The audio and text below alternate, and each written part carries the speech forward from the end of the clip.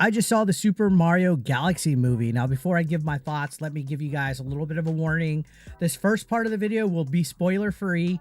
I'm not going to spoil anything. I'm just going to gather my thoughts and just talk to you guys about it. But the second half will be spoilers. Okay. So I'm going to put a spoiler alert before I start talking about anything spoilery as far as plot goes and things like that. Okay. So I wanted to give my thoughts, and I was thinking about doing a straight out of the theater type of review, but aside from not having enough memory on my phone, I was like, let my thoughts marinate a little bit in the brain on the way home from the movie theater.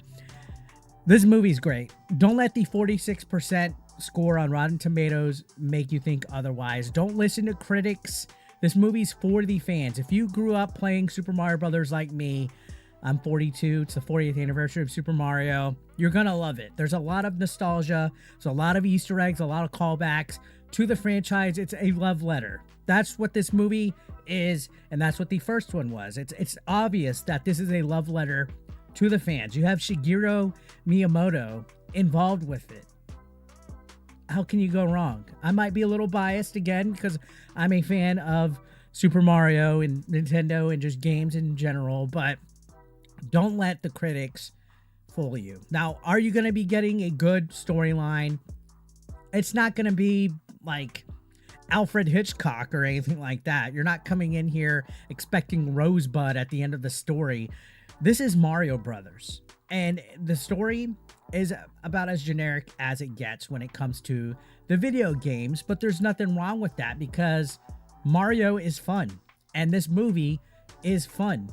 Right off the gate, I was enjoying myself. I had a big smile on my face several times throughout the movie. I was even having like happy tears. Like, you know, when you're watching something and it just feels like just warm apple pie, it just feels right.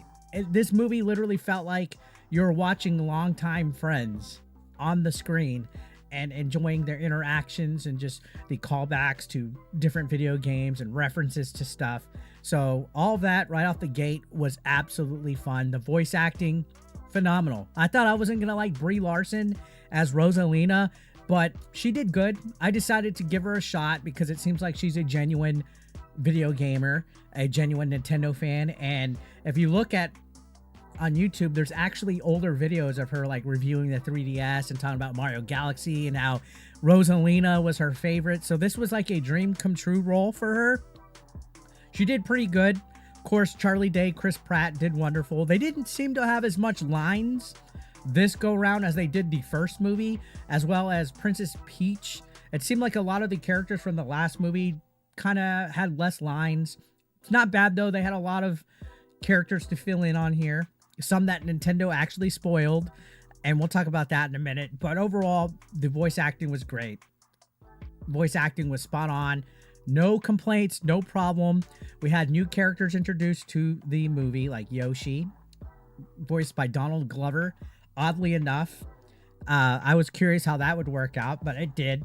So the plot follows again like a generic Super Mario story. Rosalina gets kidnapped by Bowser Jr., who is trying to avenge, I guess, his father's loss in the first movie, and he wants his father back as return so they can take over the galaxy and the universe and all that. The Mario Brothers go to save the day along with Princess Peach and Toad and Yoshi, and along the way they meet people, they encounter enemies, they go to all sorts of different unique worlds, and it's fun. And in a small way, I would say the plot reminded me of Star Wars a little bit, and I'll get into that for one thing in a minute. I'll get into that, but yeah, it kind of had like a Star Wars vibe along with an Avengers vibe. Again, the writing wasn't the best, but it's pretty much on par with what you would get. I don't think it was brain rotten or as, I guess, autistic as most kids animated feature films go. There wasn't anything like really stupid, like how the Minions and stuff like that are. I feel that it didn't insult your intelligence at all, especially if you were a fan of the source material. Again, this movie is mainly geared for children, but there's still enough here for us older folks that grew up playing the series to appreciate. There's still a lot there. I feel it didn't insult our intelligence as fans of the material at all, and that was good. Overall, it was a feel-good movie. Enjoyed it. I liked it for what it was. Again, it's not going to be like absolute cinema, but it wasn't shit. Now, between this one and the first one, I still like the first Super Mario Brothers movie just a little bit more. The one that came out a couple years ago, not the one with John Leguizamo, but yeah, the Mario Brothers movie that came out a couple years ago. I still enjoy that one just a little bit more. This one doesn't have as much character development, and again, this isn't supposed to be some kind of like fantastic Oscar award winning cinema. It's the first movie was there to develop the characters. That's where we learned about Mario and Luigi's origin. That's where we learned about all the other characters and got introduced to characters. This one kind of focuses a little bit more on Princess Peach, if I'm gonna be completely honest, but it's because they're focusing on her origin story a little bit. They left it kind of ambiguous, a little bit mysterious in the first one. And there are some changes to the lore. There's actually a huge change to the lore that changes a lot of things as far as certain characters and the origin story for some of the characters, which I'm pretty satisfied with it. And the movie overall had a great feel. The soundtrack had lots of callbacks to previous Nintendo franchises, not just Super Mario, but other franchises as well. The Mario Galaxy Orchestra, fucking love it. Goosebumps every time. Looked good, sound good, felt good, was fun. Now we're going to get into spoilers, guys. So spoiler alert right here off the bat. I'm going to wait a little bit so you can click away from the video, but spoiler alert. Okay, so Rosalina and Princess Peach are sisters. I don't think that was ever established in the history of Mario Galaxy or anything like that, but they made the focus of Princess Peach and where she's from, and because she just wound up in the Mushroom Kingdom and the Toads basically adopted her and made her the princess. It's revealed midway that Rosalina, I basically just like sent Princess Peach off to safety because a dark evil spirit came to the planet that they both grew up on and was trying to attack them because they have power of the cosmos or something like that. So she sent Princess Peach off, who ended up being an orphan in the Mushroom Kingdom. So they revealed that. So towards the end, they established that Rosalina and Peach reunite. They save the day, yada, yada, yada. So Bowser Jr. takes Rosalina because he needs her power to basically make Planet Bowser into a Death Star. That's why I said it feels a little bit like Star Wars, because Bowser Planet is essentially a Death Star that Rosalina's energy is needed in order to destroy different planets throughout the galaxy. Bowser Jr.'s goal is to make his dad proud. You know, Jack Black voices Bowser. Bowser was defeated in the first movie. They do tease a little bit of Bowser becoming a good guy in this one, which was pretty cool, but it was obvious you can't trust Bowser.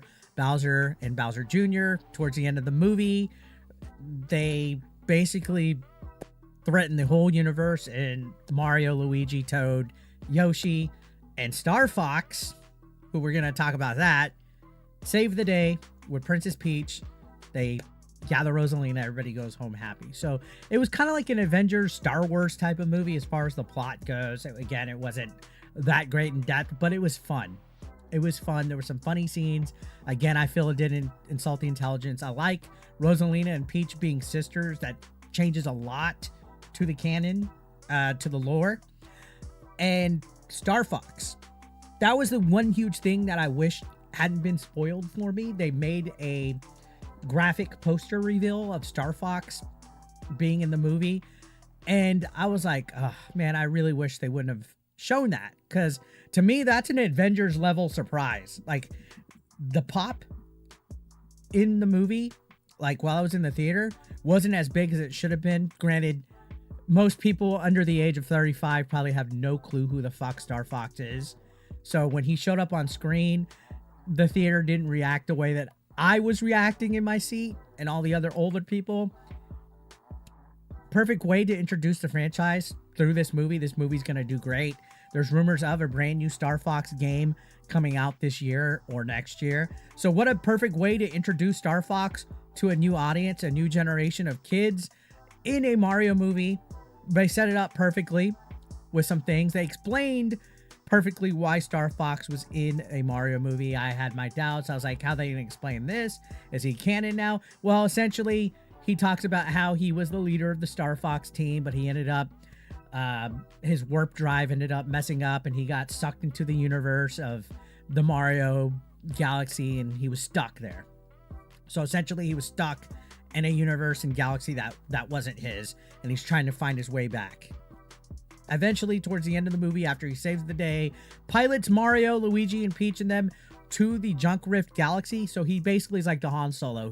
It's literally like Star Wars. They go and they try to find a pilot to get them to the galaxy where Rosalina is held captive at, and he helps save the day. At the end of the movie, they do a post-credit scene where they tease that he was finally able to go back home. So we're going to be getting a Star Fox movie here soon. I'm fucking stoked for that. Perfect time. I think we got an anniversary, a big anniversary of Star Fox coming up here too. So that explains why they put him in there. They want it to sell. There was no tease for Smash Brothers, really. I was hoping we would have gotten one, but they're just gonna subtly do it probably. There was no Smash Brothers tease, but overall, I really enjoyed the movie. Again, it wasn't the best plot out there. It was pretty generic as far as plots go. But what do you expect, right? But I will say this movie was not a 46% score. Any critic saying that is full of it. Any critic coming in expecting this to be like, I don't know, like fucking Scarface is lying to themselves. Don't let the critic reviews fool you guys. This was great. This was fantastic. No Seth Rogen, unless I missed that. Donkey Kong did make a cameo as like a background character or whatever, but there was no like Seth Rogen, so he wasn't a character. None of the Kongs. So oddly enough, they kind of focused on Peach, Yoshi, Fox. You know, Toad was in there a little bit. Mario and Luigi were in there a fair amount. But it seemed like they were taking this time to establish Peach, Yoshi, and Fox a little bit more, which nothing wrong with that. They're going to have spin-offs already. They're going to have tons of fucking spin-offs. Star Fox, like I said. They also set up a fun little post-credit with Bowser and Bowser Jr. I enjoyed it. I probably will go see this again. I still like the first one a little bit more. That was just me. Still like the first one a little bit more. But there was a lot of callbacks here. Glenn Powell, by the way, voiced Fox McCloud. He was a little airheadish for me as far as personality goes, but he still did a great job. It was kind of cool because he was in Top Gun and he's able to fly planes and stuff now. So we'll see what happens with the Star Fox stuff. I think that's where Nintendo's going to go as a surprise. Again, I wish they didn't spoil that by showing Fox McCloud.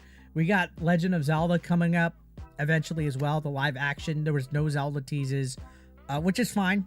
I want Zelda to be its own fucking thing.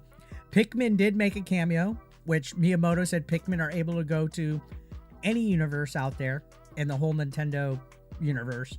So they showed them. There was some pretty cool little callbacks, little Easter eggs, like little 16-bit and 8-bit segments in the movie that looked like the video game and stuff. Overall, fantastic. I really hope they make a third Mario movie. I'm very interested to see where they'll go from here as far as that goes. The sky's the limit. Wart made a cameo. Wart did pretty good. I didn't get to see who voiced Wart, but it was cool that they had like the Mario 2 enemies like kind of hanging out like a little mob, like a little mafia in a casino.